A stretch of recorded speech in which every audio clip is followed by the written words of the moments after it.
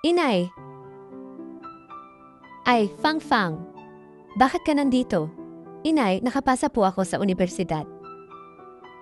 Pero nahumingi ako ng matrikula kay Itay. Sabi niya wala siyang pera. Hayaan mo akong lumapit sa iyo. Nakapasa ang anak ko sa kolehiyo. Wow, ang galing naman ng anak ko. Ano namang magaling doon? Ang mahal ng tuition fee. Saan ako kukuha ng pambayad? Mama, simula nang umalis ka. Naghanap ulit si Papa ng stepmother para sa akin. Hindi nila ako pinapansin. Palagi akong kasama ni Lola.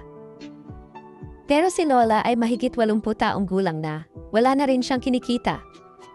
Kaming dalawa na lang ang maghahanap ng bote sa labas. Pero paano kami makakahanap? Hindi pa rin sapat ang pambayad ko sa tuition. Nanay, nakikiusap ako sa iyo. Gusto ko talagang makapasok sa unibersidad na ito. Bigyan mo na lang ako ng pera. Nakikiusap ako sa iyo.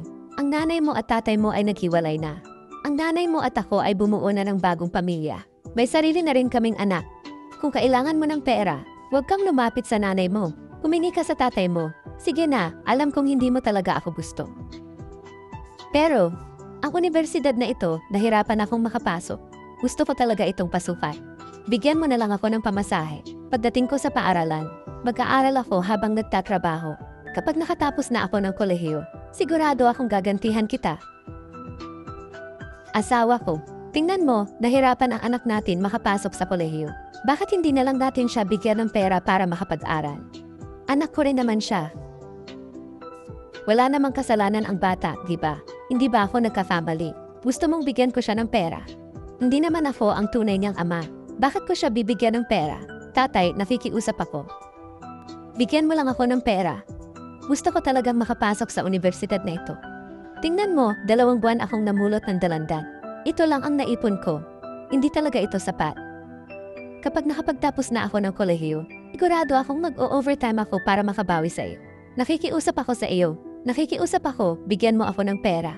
Nay, gusto ko talaga makapasok sa unibersidad na ito. Jianjun, dahil pinakasalan na kita. Isa na tayong pamilya. Bigyan mo na lang ng pera si Fang Fang para makapag-aral siya sa kolehiyo. Nakikiusap ako sa iyo, sige na. Kung gayon, ang iyong 4 na taong tuition fee, ako na ang sasagot.